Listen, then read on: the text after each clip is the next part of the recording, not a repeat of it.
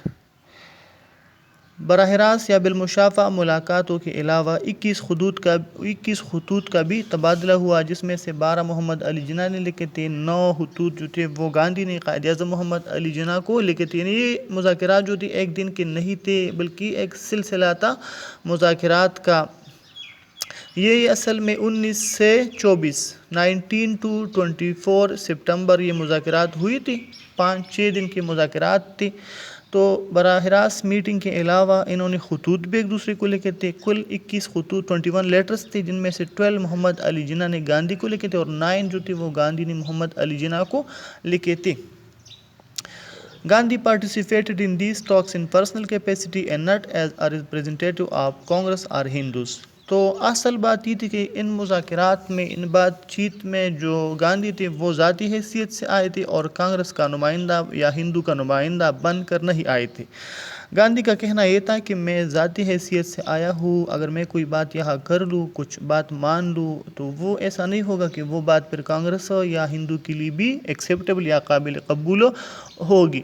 اس کا کہنا تھا کہ محمد علی جناح آپ بھی آزادی کے لیڈر ہے، میں بھی آزادی کا رہنما ہوں، آپ مسلم لیگ کے لیڈر ہے، میں کانگریس کا لیڈر ہوں، آپ پاکستان کی بات کر رہے ہیں، میں یونائٹڈ انڈیا کی بات کر رہا ہوں، آپ سیپریٹ نیشنلٹی کے مسلم کی بات کر رہے ہیں، میں یونائٹڈ نیشنلٹی کی بات کر رہا ہوں. تو اس لیے آپ کو دونوں کا ہمارا جو مطلب منزل ہے وہ اگرچہ الگ الگ ہے لیکن ہے ایک جیسا. تو اس لیے میں آیا ہوں اور آپ سے اس بات پر بات کرنا چاہتا ہوں، مسلمانوں کی یا ہندو کی جو قومیت ہے یا جو آزادی ہے اس پر. اور اگر میں کچھ مان لوں یا کچھ کہوں تو وہ میری ذاتی بات ہوگی. کانگریس نے مجھے نہیں بھیجا، نہ ہی کانگریس سے میں نے صلاح مشورہ کیا ہے. میں ویسی ہی جو تحریک ہے اس پر بات کرنے کے لیے آیا ہوں آپ سے بات کے لیے. which was not free of doubt for Quaid Azam. تو یہ جو اس کا کہنا تھا کہ میں ذاتی حیثیت سے آیا ہوں، یہ قائد اعظم محمد علی جناح کے لیے شک سے خالی نہیں تھا.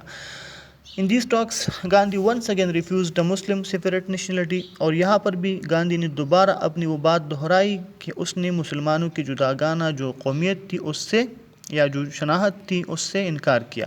Gandhi took the stand that in a time in history if a great number of Indians changed their religion. Gandhi نے یہ اعتراض اٹھایا کہ اگر تاریخ کے ایک وقت میں ہندوستان کے لوگوں کی بڑی تعداد نے مذہب تبدیل کیا، they became Muslims، اور وہ مسلمان گئے، but their nationality did not change.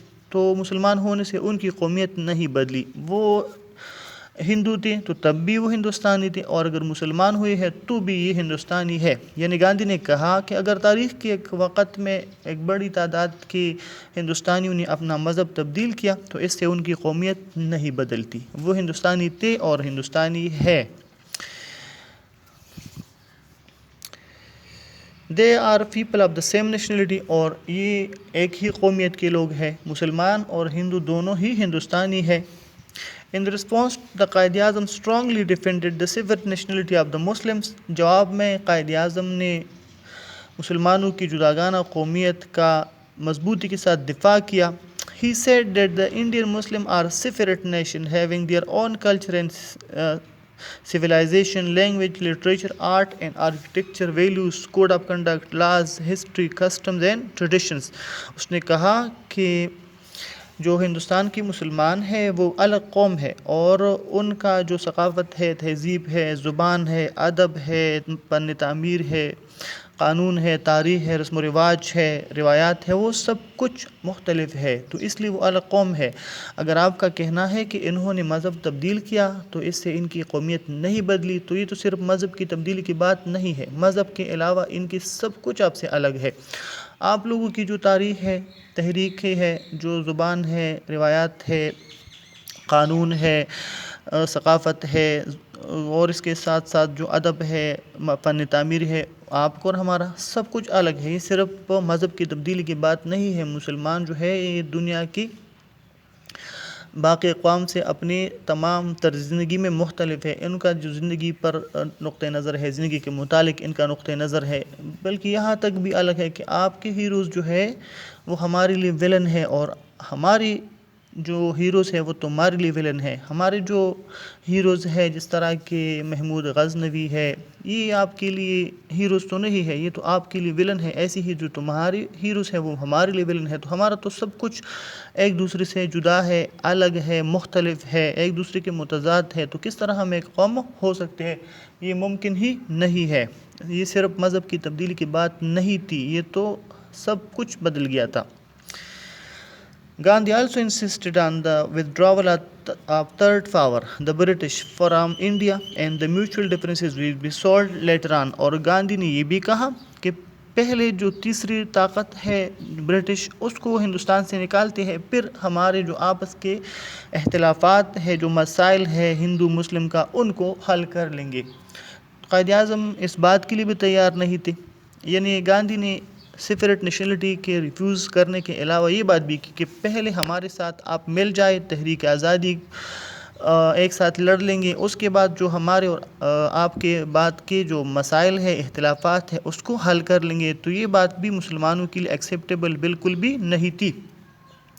Quaid Azam argued that internal problem of the Hindus and the Muslims should be solved first. قائد اعظم نے کہا کہ جو ہمارے اندرونی اختلافات ہے، مسائل ہے، اس کو پہلے حل کر لیں گے، پھر then the British will leave India easily. پھر ہم آپ کے ساتھ شامل ہو جائیں گے اور آزادی کی تحریک لڑ لیں گے. تو پھر اس ہندو اور مسلمان جو ہے جب مل جائیں گے اور اتحاد آ جائے گی، تو پھر برٹش کا نکلنا یہاں سے آسان ہو جائے گا. اور اگر آپ کا یہ کہنا ہے کہ ہم آپ کے ساتھ ہو جائے، ہندوستان کو آزاد کر لیں، اور پھر آپ ہمیں اپنا حق دیں گے یا ہمارے ساتھ بات کریں گے، تو اس طرح ہم اس بات کو نہیں مان سکتے، کیونکہ اس میں ہمارے لیے بہت بڑا خطرہ ہے. Otherwise, the Muslim will come under the permanent domination of Hindu majority in India. بصورت دیگر جو مسلمان ہیں وہ ہندوستان میں ہندو کے اکثریت کے غلبے میں مستقل طور پر رہ جائیں گے. اگر آپ لوگوں کا ہم نے ساتھ دیا اور آزادی حاصل کر لی، پھر آپ ہمارے ساتھ بات کریں گے، تو ہو سکتا ہے آپ ہماری بات کو نہ مانیں، کیونکہ ہمیں آپ پر اعتماد نہیں ہے. یہ ایسا ممکن ہی نہیں ہے کہ آپ ہمیں پھر ہمارا حق دے دو. ابھی وقت ہے، ہمارے ساتھ پہلے مسائل حل کرو، ہمارے ساتھ بات طے کرو کہ ہماری جو آزادی ہے، الگ وطن کا جو مطالبہ ہے ہمارا، وہ آپ کہاں تک ماننے کے لیے تیار ہے. اگر آپ اس پر راضی ہوئی، لاہور ریزولوشن کو مان لیا، ہمیں اگر الگ وطن دینے کے لیے اور الگ قومیت دینے کے لیے آپ راضی ہے، تو ہمارے ساتھ بات حل کر لو، پھر ہم آپ کے ساتھ ہو جائیں گے، اور برطانیہ یا جو برٹش ہے یا جو انگریز ہے، ان کو ہندوستان سے آپ کے ساتھ نکالنے میں مدد یا تعاون کریں گے. This negotiation ended unsuccessful due to the different viewpoints of both the leaders. یہ جو مذاکرات تھی، جو بات چیت تھی، یہ ناکام ہوئی. کیوں ناکام ہوئی؟ دونوں جو رہنما تھے ان کے الگ الگ نقطہ نظر تھا، جو ان کی اسٹینڈ پوائنٹس تھے وہ الگ تھے. But proved very important for Quaid Azam and Muslim league. لیکن اس کے باوجود بھی یہ قائد اعظم محمد علی جناح اور مسلم لیگ کے لیے بہت اہمیت کے حامل تھے. کیوں اہمیت کے حامل تھے؟ This was for the first time that Mr. Gandhi was brought to negotiate about partition of India. یہ پہلی بار ایسا ہوا کہ گاندھی کو براہ راست لا کے سامنے بٹھا کے ساتھ، اور اس سے جو آزادی پارٹیشن آف انڈیا یا جو ہندوستان کی تقسیم کی بات تھی وہ براہ راست کی گئی. اس کے سامنے یہ بات کی گئی کہ ہندوستان تقسیم ہوگا یا ہندوستان کی تقسیم کا ہمارا ارادہ ہے. اس سے پہلے مسلمانوں نے اپنی جو میٹنگ وغیرہ میں بات کی تھی، لیکن گاندھی کو براہ راست اس طرح کا کوئی پیغام نہیں دیا تھا. ڈیو ٹو دیز ٹاکس، ان باتوں کی وجہ سے Quaid Azam removed many doubts regarding Pakistan. Quaid Azam نے پاکستان کے متعلق جو گاندھی کے کئی وہ شکوک تھے، شبہات تھے، اس کو ختم کیا، اس کو مٹا دیا. یعنی قائد اعظم محمد علی جناح نے گاندھی کے دماغ سے، دل سے، یا جو سوچ تھا اس سے یہ بات نکالی کہ اگر آپ کا خیال ہے کہ ہندوستان تقسیم ہو جائے، پاکستان بن جائے، یا مسلمانوں کو الگ وطن مل جائے، وہاں پر اقلیتوں کے ساتھ ظلم ہوگا، یا ہندوستان کے ساتھ آئے روز کے جھگڑے ہوں گے، یا جو نسلی فسادات ہوں گے وہ بڑھ جائیں گے، تو ایسا ہرگز بھی نہیں ہے، بلکہ ہم اقلیتوں کو حق دیں گے. اس کے ساتھ ساتھ جو مسلمان ہیں وہ ہندوستان کے شمال مغربی سرحدات کے بہترین محافظ ہوں گے، اور یہ امن کا بھی راستہ ہے. جو ہندو مسلم جو انمٹی ہے وہ ہمیشہ کے لیے ختم ہو جائے گی. مسلمانوں کو الگ وطن مل جائے گا تو دونوں کے جو جذبات ہیں وہ ٹھنڈے پڑ جائیں گے، اور امن جو ہے وہ قائم ہو جائے گی. اچھا، میں دوبارہ سے اس جو ٹاپک ہے تھوڑا سا اس کو سمرائز کرتا ہوں، آپ لوگ سن لے۔ یہ جو گاندھی جنا ٹاکس تھی یہ 1944 کو ہوئی تھی CR فارمولے کی روشنی میں، اور کن باتوں پر بحث کرنا تھا؟ بحث ان باتوں پر کرنا تھا کہ سیپریٹ مسلم نیشنلٹی وہ واضح ہو جائے، اس بات پر۔ اس کے ساتھ ساتھ جو فریڈم موومنٹ چل رہی تھی اور جو کانگریس نے بہت زور لگایا تھا، اس میں مسلمانوں کی سپورٹ پر بات تھی کہ وہ مسلمانوں کی سپورٹ کر لے کانگریس کی۔ اس کے ساتھ ساتھ جو پاکستان کے بننے کی بات تھی اس پر بھی بات ہو جائے۔ دونوں جو لیڈر تھے الگ الگ ویو پوائنٹ لے کر آئے تھے۔ قائد اعظم جو تھے سیپریٹ مسلم نیشنلٹی پر بات کر رہے تھے، اور اس کے ساتھ ساتھ جو برٹش کے جانے سے پہلے مسلمانوں کے لیے جو الگ وطن ہے اس پر بات کر رہے تھے۔ اس کے مقابلے میں گاندھی کا سٹینڈ پوائنٹ یہ تھا کہ مسلمان جو ہے وہ الگ نیشنلٹی نہیں ہے، وہ سیم انڈین ہے جس طرح کہ ہندو ہے۔